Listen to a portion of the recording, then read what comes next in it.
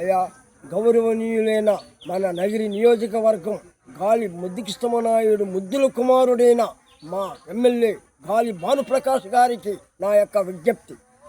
Bhanuprakash MLA గారు, మీరు తక్షణమే రండి. మన నిండ్ర మండలంలో ఉన్న మూతపడిపోయిన షుగర్ ఫ్యాక్టరీని తెరిపించవలసిందిగా కోరుచున్నాను. నేను తెలుగుదేశం పార్టీ నిండ్ర మండలము రైతు బిడ్డ, కొప్పేడు గ్రామము రైతు నాయకుడిని.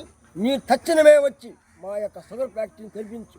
నేనే జిఎస్ కృష్ణమూర్తి, మధ్య రైతు కుటుంబంలో పుట్టిన రైతు బిడ్డనయ్యా. నేను నా రైతులు కష్టాల్లో ఉన్న రైతుల్ని కాపాడవలసిందిగా కోరుతున్నాను.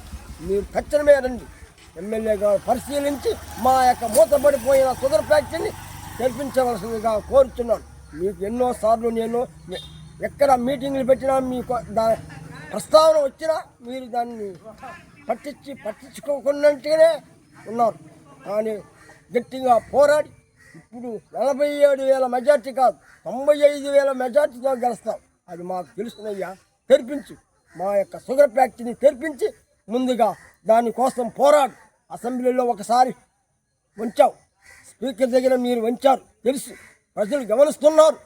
తక్షణమే మీరు వచ్చి ఆ యొక్క షుగర్ ఫ్యాక్టరీ కోసం పోరాడవలసిందిగా కోరుచున్నాను.